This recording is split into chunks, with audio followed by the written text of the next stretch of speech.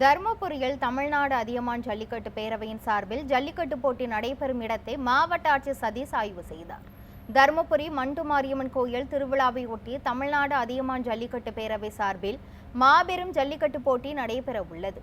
தமிழக வெற்றிக் கழக கிழக்கு மாவட்ட செயலாளர் தாபா சிவா இந்த போட்டியை அரசியல் ரீதியாக நடைபெறுகிறது என கூறியதால் இந்த ஜல்லிக்கட்டுக்கு மாவட்ட நிர்வாகம் தடை விதித்தது.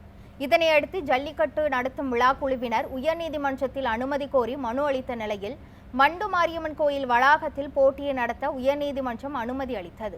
இதற்கிடையே உயர்நீதிமன்றம் உத்தரவின் பேரில் ஜல்லிக்கட்டு போட்டி நடத்துவதற்கான வழிமுறைகள் மற்றும் ஏற்பாடுகளை மாவட்ட ஆட்சியர் சதீஷ் ஆய்வு செய்தார். அப்போது வழிகாட்டு நெறிமுறைகள் மற்றும் நடவடிக்கைகளை முறையாக பின்பற்ற வேண்டும் என பல்வேறு துறை அலுவலர்களுக்கு மாவட்ட ஆட்சியர் அறிவுரை வழங்கினார்.